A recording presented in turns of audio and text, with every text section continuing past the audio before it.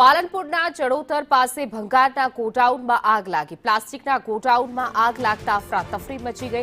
Short સર્કિટને કારણે આગ લાગી હોવાનું અનુમાન છે। ધુમાડાના ગોટે ગોટા દૂર દૂર સુધી દેખાયા હતા। ગોડાઉનમાં રાખેલો તમામ માલ સામાન બળીને ખાખ થઈ ગયો છે। વધુ વિગતો સાથે મારા સંવાદદાતા ધવલ જોડાઈ ગયા છે। જી ધવલ, આગ લાગી હતી, કયા કારણોસર?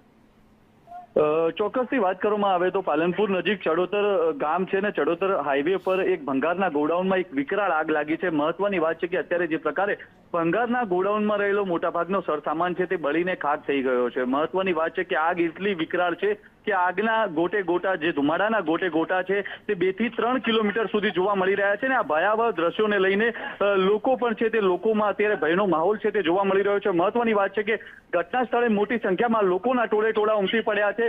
પાલનપુર ફાયર ફાઈટરની ટીમો છે તે અહીંયા તૈનાત છે અને આગ પર સતત 1 કલાકથી પાણીનો મારો ચલાવવામાં આવી રહ્યો છે, પરંતુ આગ છે તે કાબુમાં આવવાનું નામ નથી લઈ રહી।